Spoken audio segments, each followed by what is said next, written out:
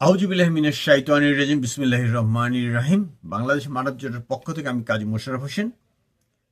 এটা বলার অপেক্ষা রাখে না যে স্বৈরাচার শেখ হাসিনার যে পরিবর্তন, এটা প্রি প্ল্যান্ড ওয়েতেই করানো হয়েছে বিদেশ থেকে।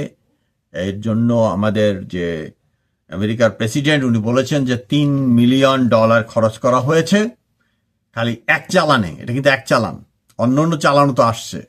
হ্যাঁ, তো এই যে এখন যারা সরকার চালাচ্ছেন এর মধ্যে অনেকেই আছেন ইহুদিদের এজেন্ট। হ্যাঁ, এখন ক্ষমতার ভাগের জন্য ধর্মান্ধ যারা আছে, মুসলমান আর কি, তারা তো মনে করেন এই রুটির ভাগ পাবে। এই রুটি ভাগ পাওয়ার কারণে তারা এখন সব অন্ধ হয়ে গেছে। যেমন আমরা যখন আন্দোলন করতাম, কর্মচারী আন্দোলন বা ওই অফিসার্স আন্দোলন, তো আমাদের নিখিল বাবু করে একজন সুপারিনটেন্ডেন্ট ছিলেন। তিনি বলতেন আর কি হাসতে হাসতে যে আমাদেরকে ওই যে বিস্কুট আছে না, বিস্কুট কয়েক পিস বিস্কুট দিলে আমাদের আন্দোলন শেষ। ঠিক আছে, তা আমরা যেভাবেই আছি, হিন্দুদের প্রতি তো আমরা মুসলমান যারা আছে খুবই খড়গ হস্ত একটা ভাব নিয়ে থাকে যে হিন্দু মানে ফু দিয়ে উড়িয়ে দেওয়া যায়, এরকম একটা ভাব করে আর কি। সে যাই হোক, সেই আফগানিস্তান থেকে শুরু করে একেবারে বার্মা পর্যন্ত মুসলমানরা কিন্তু সংখ্যাগরিষ্ঠ ছিল না, কিন্তু ইসলামটা প্রচার হয়েছিল। কি কারণে হয়েছিল? এই কারণে যে এই ধর্মের কারণে, তাদের বিহেভের কারণে। কিন্তু আমরা হয়ে গেছি উগ্র বাংলাদেশি। সে যাই হোক, ওই চ্যাপ্টার বাদ। এখন আমরা বাংলাদেশে যেখানে আছি, পার্শ্ববর্তী দেশ ইন্ডিয়া, এবং আমাদেরকে এটা ওই যে পাকিস্তান ইন্ডিয়া যে একটা বিরোধ থাকে, রেশারেশি থাকে, আমরা ওই গড্ডালিকা প্রবাহের মধ্যেই আছি। আর একজন হলো আমাদের চীন। চীন হলো এমন একটা দেশ যে ধর্ম নিয়ে চিন্তা ভাবনা নাই, কিন্তু যখন যেখানে যা কিছু বিক্রি করা দরকার তারা আস্তে করে আসে, বিক্রি করে এবং সঠিকভাবে জিনিসপত্র তৈরি করে দিয়ে তারপর আবার চলেও যায়। জাপানও তাই। জাপানের ডেভেলপমেন্ট পার্টনার হিসেবে বাংলাদেশ অনেকখানি এগিয়ে গেছে, অনেক প্রজেক্ট করেছে তারা। চায়নাও অনেক প্রজেক্ট করেছে। এবং এই যে ইহুদি প্রজেক্ট, আপনারা জানেন যে ভারতের সাথে ইহুদিদের ভারতের সাথে মানে ভারতের বর্তমান সরকারের সাথে ইহুদিদের একটা প্রচন্ড রকমের ভালোবাসা আছে। এবং হাসিনাকে সরানোর জন্য আমি বলবো যে অনেকে বলতো এই রে হাসিনা মানে র বসায় রাখছে, এই করছে ওই করছে, র এর কাছে খবর আছে, সবকিছু আছে। কিন্তু সম্ভবত এই ভারত এই বিষয়ে কোনো কাজ করে নাই। কারণ ইহুদি যে চক্রান্তকারী আছে তাদের সাথে তারাও হাত মিলাইছে এবং হাসিনার পতনটাকে করছে, ত্বরান্বিত করছে। যদি মনে করেন যে ওই ইন্ডিয়া এবং চায়না মারামারি পিটাপিটি লাগাই দেবে, এটা কিন্তু কোনোদিন করবে না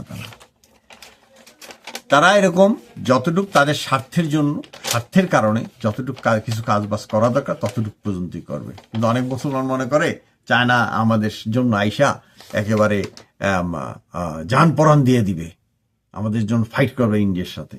এটা একটা ভুল ধারণা, এটা যায় না। ইউক্রেনের মতো অবস্থা হবে বাংলাদেশের যদি আপনারা এই ধরনের চিন্তা ভাবনা করেন। ঠিক আছে, চায়না যদি আমাদের পক্ষই নিত কোনো কারণবশত, তাহলে কি করতো চায়না? চায়না প্রথমেই আমাদের যে 20 লাখ রোহিঙ্গা পাঠাইছে বার্মা, এটা বন্ধ করতো এবং এটাকে ফেরত দেওয়া দিত। কিন্তু এটা করে নাই তারা। আর এক প্রতিবেশী হলো কি এই চায়নার কিন্তু আমেরিকার তো সাইজে বড় আর কি, সাইজে শেপে বড় আছে, এবং তাদের যে অস্ত্র আছে এটা কিছু কিছু ক্ষেত্রে তারা অতিক্রম করে গেছে আমেরিকাকেও, এবং আমেরিকার সাথে আছে রাশিয়া এবং একই সাথে উত্তর কোরিয়া। তাহলে আমরা কোন দিকে যাব? ইসরায়েল যেমন পশ্চিমা বিশ্বের একটি ঘাঁটি হিসাবে কাজ করছে মিডল ইস্টে, আমরা কি তাদের ঘাঁটি হব? লাভ কি আমাদের? আমাদের জীবন কিন্তু পানি পানি করে ফেলবে। ঠিক আছে, এটা মনে রাখতে হবে। এই ভারত উপমহাদেশে 700 বছর মুসলিমরা শাসন করেছিল, এবং সেটা করেছিল এই কারণে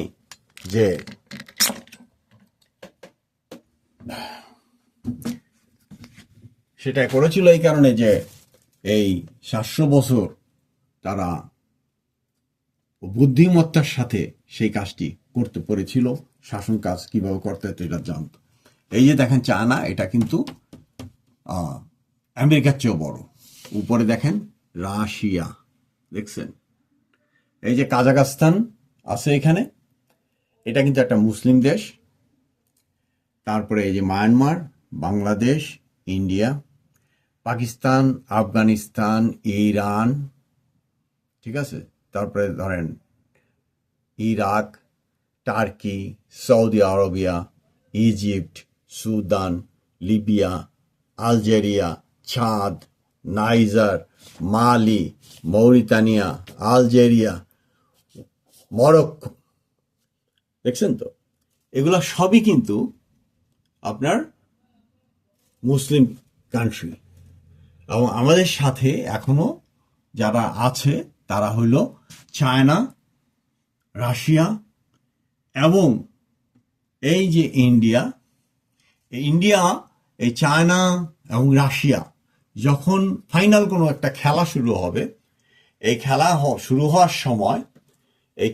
হওয়ার সময় ইন্ডিয়া কিন্তু পশ্চিমাদের সাথে থাকবে না আলটিমেটলি, ঠিক আছে? পশ্চিমাদের সাথে থাকবে না। আবার যদি পশ্চিমাদের সাথেই যদি থাকে ইন্ডিয়া, তাহলে আমরা বাংলাদেশ পশ্চিমাদের গোলাম হয়ে আমাদের কি লাভ হবে? আমাদের দেশটাকে শ্মশান বানানো চলবে না, ঠিক আছে? তো এদিকে দেখা যাচ্ছে যে ইউরোপ আছে, ইউরোপের সাথে অবশ্যই আমেরিকা আছে, ঠিক আছে? কাজেই আমাদেরকে অবশ্যই এই জিনিসগুলো খেয়াল রাখতে হবে যে যতভাবেই চিন্তা করেন যে চায়না এসে ইন্ডিয়াকে অ্যাটাক করবে, এটা কোনোদিনই করবে না। বুঝতে পারছেন? এটা কোনোদিনই করবে না। আপনার খ্রিস্টান এবং ইহুদি এরা যেমন একেবারে একমার পেটের খালাতো ভাই, এরকম চায়না এবং ইন্ডিয়া, হ্যাঁ, তারা মাঝে মাঝে ওই বর্ডারে একটু গুতাগুতি করে ঠিকই, তারাও কিন্তু একমার পেটের খালাতো ভাই। আমরা বাংলাদেশি জনসংখ্যা যেইভাবে আছি, আমাদেরকে আমাদের গা বাঁচিয়ে, আমাদের শক্তি সামর্থ্য বৃদ্ধি করে, আমাদেরকে অর্থনৈতিকভাবে কিভাবে আমাদেরকে ভালো একটি অবস্থায় নিয়ে যাওয়া যায়, সে চেষ্টাটাই আমাদের করতে হবে। কাজেই ইহুদি যে চক্রান্তটা চলতেছে বাংলাদেশে, এই ব্যাপারে আপনারা সতর্ক হন। কারণ ইহুদি চক্রান্ত পড়ে আপনার মুসলমানিত্ব বা আপনার যে ইচ্ছা, এগুলাকে কখনোই আমাদের নষ্ট করা যাবে না। দেখতে পাচ্ছেন, সেই মিশরের অর্ধেকেরও বেশি যেখানে মুসলিম দেশ আছে, পুরা এশিয়া আছে, হ্যাঁ, চায়না, ইন্ডিয়া, এদেরকে ফেলে আমাদেরকে ওই কারো দাস হওয়ার কোনো সুযোগ নাই। আসসালামু আলাইকুম। বাংলাদেশ মানব জোটের পক্ষ থেকে আমি কাজী মোশাররফ হোসেন। আল্লাহ হাফেজ।